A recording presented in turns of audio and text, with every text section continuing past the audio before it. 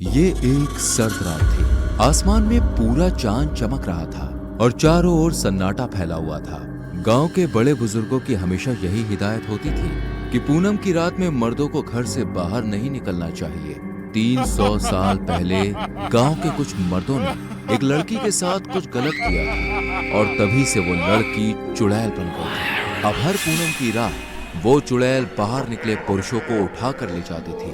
लेकिन आज रात गांव के कुछ बेखौफ लोग ठंड से बचने के लिए चौक पर लकड़ियां जलाकर आग के पास बैठे थे। रामू, उसकी पत्नी रीमा, बिरजू, कल्लू और पप्पू। रामू ने मजाक करते हुए कहा, अरे यार, ये चुड़ैल वुड़ैल सब बकवास है। गांव वाले बस लोगों को डराने के लिए कहानियां बनाते रहते हैं। हाँ, देखो हम यहाँ बैठे हैं, कुछ हुआ क्या? बिरजू और कल्लू के चेहरे पर हल्की चिंता दिख रही थी। बिरजू को डर लग रहा था, जबकि कल्लू, जो हमेशा नीम हकीम और अंधविश्वास पर यकीन करता था, वो सोच में डूबा हुआ था। तभी पप्पू ने ठिठोली करते हुए बोला, अरे यार, डरने की कोई बात नहीं है। मैं कितनी बार रात में बाहर घूम चुका हूँ, मुझे कोई चुड़ैल नहीं उठाने वाली। आग की लपटें रह रह के उठ रही थी और माहौल में अजीब सा डरावना सन्नाटा था। रामू ने देखा कि कल्लू थोड़ी घबराहट में था, तो उसने पूछा, अरे कल्लू, तेरे चेहरे का रंग क्यों उड़ा हुआ है? कहीं तू सच में इस चुड़ैल की कहानियों पर यकीन तो नहीं करता ना? भाई, वो बस कहानी नहीं है। मेरे दादा बताते थे कि 300 साल पहले इस गांव में जो हुआ था वो कोई मजाक नहीं था। अरे यार, दादाजी की बातें छोड़, आज का मजा ले। नहीं भाई, सुनो क्या हुआ था। 300 साल पहले इस गांव में गरीब लड़की राजमती रहती थी। उसकी सुंदरता की चर्चा दूर दूर तक होती थी। गांव के कुछ ताकतवर पुरुषों ने उसे पाने के लिए किसी भी हद तक जाने का फैसला किया। जब गांव के लोग मेले में गए थे, इन पुरुषों ने उस पर हमला किया। राजमती ने बचने की कोशिश की, लेकिन उन दरिंदों ने उसकी इज्जत छीन ली। उसने सभी मर्दों को श्राप दिया कि वो चैन से जी नहीं पाएंगे। उसी रात उसने खुद को हवेली में फांसी लगा ली। उसके बाद से हर पूनम की रात उसकी आत्मा गांव के पुरुषों को ढूंढने आती है। कहते हैं कि जो भी पुरुष उसे रात में बाहर मिलता है, उसे वो हवेली में खींच ले जाती है। सब लोग अब पूरी तरह से खामोश थे। तभी रामू हंसते हुए बोला, अरे यार, ये सब कहानी है, ऐसा कुछ नहीं होने वाला है। तभी पप्पू, जो अब तक चुप था, वो बोला कि भाई, ये कहानी मैंने भी सुनी है, लेकिन मेरे पापा ने कुछ और भी बताया था। राजमती ने जिन लोगों से बदला लिया, वो सिर्फ उन्हीं मर्दों तक सीमित नहीं रही। उसने अगले कई सालों तक गांव के कई पुरुषों को मारा।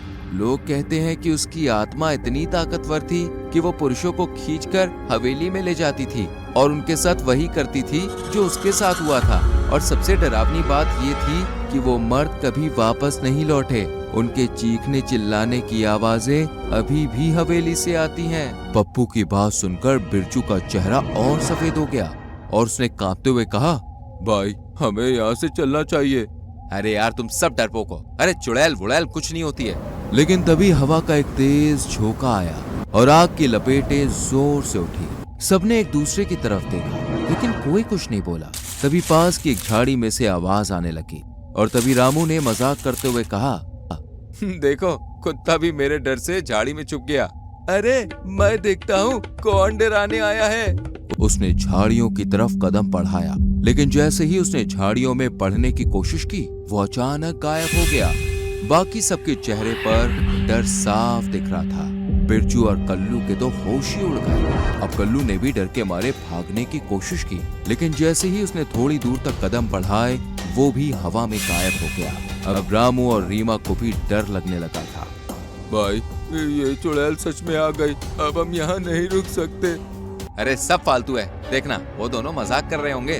तभी अचानक से हवेली की तरफ से काला साया धीरे धीरे आग की तरफ बढ़ने लगा। सबने देखा कि वो साया धीरे धीरे पास आ रहा था। बिरजू अब पूरी तरह से डर गया था और जमीन पर बैठकर कांपने लगा। रीमा ने रामू की तरफ देखा और कहा कि रामू, अब मजाक छोड़ो, कुछ तो गड़बड़ है। कौन है? सामने आ। वो साया पूरी तरह आग के पास आ चुका था। ये वही चुड़ैल थी जिसकी कहानियां वो सुन रहे थे। उसके लंबे बाल, जलती आंखें और हवा में लहराती लाल रंग की साड़ी देखकर सबके रोंगटे खड़े हो गए। चुड़ैल ने बिरजू की तरफ इशारा करते हुए कहा कि तुम मुझसे बच नहीं सकते। मेरे साथ जो हुआ था उसका बदला अभी पूरा नहीं हुआ।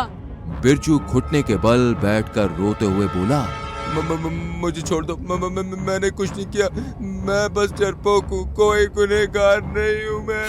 चुड़ैल ने सबकी तरफ देखा और कहा, मैं यहाँ बस तुम्हें डराने नहीं आई हूँ, मैं वो हूँ जिससे सब डरते हैं। तुम सब जान चुके हो कि मैं क्या चीज हूँ। अब मुझे और कुछ साबित करने की जरूरत नहीं, लेकिन अगर तुम में सचमुच में हिम्मत है तो मेरे पास आओ, मेरी हवेली में। वहाँ तुम्हें वो महसूस होगा जो मैंने कई सालों से झेला है। इतना कहकर चुड़ैल हवा में विलीन हो गई, लेकिन उसकी ठंडी चीखें अब भी हवेली की दिशा से आ रही थी। रामू, रीमा और बिरजू ने एक दूसरे की तरफ देखा। माहौल में एक अजीब सा डर और सस्पेंस फैल गया था। रामू, अब क्या करें? पप्पू और कल्लू गायब हो चुके हैं। वो चुड़ैल सच में असली है। रीमा, हमें अपने दोस्तों को बचाना होगा। अगर हम अभी पीछे हटे तो वो दोनों कभी वापस नहीं आएंगे। हमें खंडर वाली हवेली में जाना ही होगा। रीमा, तुम दोनों पागल हो गए हो क्या? मैं तो वहाँ नहीं जा रहा, वो चुड़ैल हमें मार डालेगी। देख बिरजू, अगर हम अभी नहीं गए तो वो चुड़ैल हमें एक एक करके मार डालेगी। कम से कम हमें कोशिश करनी चाहिए। रामू सही कह रहा है बिरजू, अगर हम पीछे हटे तो हमारी जान भी खतरे में होगी, और अगर हम सब साथ रहेंगे तो शायद कुछ कर सकेंगे। रामू, रीमा और बिरजू ने अपना साहस जुटाया और खंडहर हवेली की तरफ बढ़ने लगे। रास्ते में बिरजू बार बार रुककर डर से कांपने लगता है, लेकिन रामू उसे खींचते हुए आगे बढ़ता रहा। रामू ने बिरजू को हिम्मत दिलाते हुए कहा, देख बिरजू, अगर तू डर गया तो हम सबका काम तमाम हो जाएगा। चुपचाप हमारे साथ चल, कुछ नहीं होगा। भाई, ये सब सही नहीं है, हमें वापस गांव लौट जाना चाहिए। ये चुड़ैल हमें जिंदा नहीं छोड़ेगी। अगर तू वापस गया तो अकेला जाएगा, और फिर अगर वो तुझे उठा ले गई तो हमें मत कहना कि हमने तुझे नहीं रोका था। आखिरकार तीनों खंडहर हवेली के सामने पहुंचे। हवेली की हालत बहुत ही जर्जर थी। टूटी फूटी दीवारें, छत के हिस्से गिरे हुए और हर तरफ झाड़ियां उगी हुई थी। दरवाजा आधा खुला हुआ था और अंदर एक ठंडा डरावना सन्नाटा फैला हुआ था। हवेली के अंदर से अजीब अजीब आवाजें आ रही थी, जैसे मानो किसी ने वहां से चीखें सुनी। ये वही जगह है जहां से सबकी चीखें आती हैं। अब हमें अंदर जाना होगा। बिरजू ने रामू का हाथ पकड़ते हुए कहा, भाई, मुझे मत छोड़ना, मैं अकेले नहीं जा सकता। तू बिल्कुल बच्चा है, चल मेरे साथ। उन्होंने डरते डरते अंदर कदम रखा।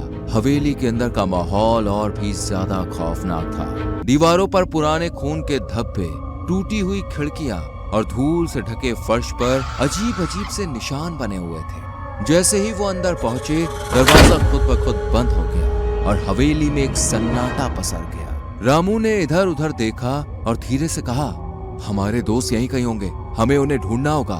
तीनों ने हवेली के अलग अलग हिस्सों की ओर देखा, लेकिन हर जगह सिर्फ सन्नाटा और अंधेरा था। तभी एक कोने से एक हल्की सी करहाने की आवाज आई। रामू और रीमा ने उस दिशा में कदम बढ़ाए। वहाँ एक पुरानी सीढ़ी के नीचे पप्पू और कल्लू बंधे हुए थे। रीमा ने दौड़कर उन्हें खोलते हुए कहा, तुम दोनों ठीक हो? हाँ, लेकिन हमें जल्दी से यहाँ से भागना होगा। चुड़ैल ने हमें यहाँ कैद कर रखा था। वो हमें छोड़ने वाली नहीं है, वो हमारा बस इंतजार कर रही है। जैसे ही उन्होंने पप्पू और कल्लू को उठाया, हवेली में अचानक एक जोरदार धमाका हुआ। चुड़ैल फिर से प्रकट हो गई और बोली, आखिरकार तुम आ ही गए, तुम्हारी मौत के पास। अपने दोस्तों को बचाने आए हैं, तू हमारा कुछ नहीं कर सकती। तुम सबको मेरी पीड़ा का एहसास नहीं है? आज तुम मेरी हवेली में आए हो, अब कोई वापस नहीं जाएगा। चुड़ैल की आंखों में एक अजीब सी चमक आई, जैसे उसकी आंखों में कई सदियों का दर्द और क्रोध छुपा हुआ था। तुम्हें सच में लगता है कि मैं तुम्हें यूं ही मार दूंगी? तुम जानते हो मैं कौन हूँ? मैं बस एक चुड़ैल नहीं हूँ, मैं भी कभी इंसान थी, और जिस पीड़ा ने मुझे इस हाल में पहुँचाया उसे जानने की हिम्मत है तुम में? क्या हुआ था तुम्हारे साथ? चुड़ैल ने आंखें बंद की और एक भारी उदास सांस लेते हुए कहा, ये 300 साल पहले की बात है। मेरा नाम राजमती था। मैं इसी गांव में रहती थी। मेरी शादी की उम्र हो रही थी। गांव के कुछ मर्द मुझसे चलते थे क्योंकि मैं एक शिक्षित और सुंदर लड़की थी। मेरे पास जमीनें भी थी जो मेरे पिता की विरासत थी। उस समय मर्दों को ये बर्दाश्त नहीं होता था कि एक औरत उनके मुकाबले अधिक ताकतवर हो। उन लोगों ने एक दिन मेरे और मेरे परिवार के खिलाफ झूठा आरोप लगाया। हमारी संपत्ति हड़पने के लिए उन्होंने गांव वालों को हमारे खिलाफ भड़काया। लोगों ने मुझ पर जुल्म किए, मुझे पीटा, गांव से बाहर निकाल दिया और अंत में इस हवेली में बंद कर दिया। रामू और उसके दोस्तों के चेहरे पर डर के साथ साथ सहानुभूति भी उतर आई थी। रीमा ने थोड़ी घबराई हुई आवाज में पूछा, फिर क्या हुआ? उन्होंने मुझे इस हवेली में जिंदा जला दिया था। मेरी चीखें आज भी इस हवेली में गूंजती हैं। उन्होंने मेरे आत्मसम्मान को कुचल दिया, मेरी पहचान मिटा दी, लेकिन वो मेरी आत्मा को नहीं मार पाए। मेरी आत्मा इस हवेली में कैद हो गई और मैं तभी से यहाँ भटक रही हूँ। उसकी कहानी सुनते ही सबकी आंखें नम हो गई। मैं बदला नहीं चाहती, मैं बस चाहती हूँ कि सब लोग मेरी सच्ची कहानी सुने, मेरी पीड़ा को समझे। तुम्हारे साथ जो हुआ वो बहुत गलत था। हम इसे सुधार नहीं सकते, लेकिन हम तुम्हारी कहानी सबको बताएंगे। हम तुम्हारी आत्मा को न्याय दिलाएंगे। चुड़ैल की आंखों में एक क्षण के लिए नरमी आ गई। उसने धीमे स्वर में कहा, अगर तुम सच में ऐसा करोगे तो शायद मैं शांति पा सकूं, मेरी आत्मा को मुक्ति मिल सके। धीरे धीरे करके चुड़ैल की काया पूरी तरह से विलीन हो गई और हवा में एक अजीब सा सन्नाटा छा गया। चंद पलों के बाद रामू, रीमा और उनके दोस्त हवेली से बाहर निकल आए, लेकिन इस बार डर उनके दिलों में नहीं था, बल्कि चुड़ैल के प्रति सहानुभूति और उसकी कहानी को दुनिया तक पहुंचाने का संकल्प था। गांव लौटते वक्त बिरजू ने थरथराते हुए कहा, तो अब क्या करेंगे? क्या हम सच में चुड़ैल की कहानी सबको बताएंगे? हाँ, हम सबको उसकी कहानी सुनाएंगे। दुनिया को पता चलना चाहिए कि औरतों के साथ इस तरह के अत्याचार करने का अंजाम क्या होता है। हाँ, मजा आया ना कहानी देख के? तो जल्दी से हमारी वीडियो को लाइक करो और शेयर करो, और ऐसी और कहानियाँ देखनी है तो चैनल को सब्सक्राइब करो और हाँ, घंटी को दबा देना। मिलते हैं एक और कहानी के संग। ख्याल रखना।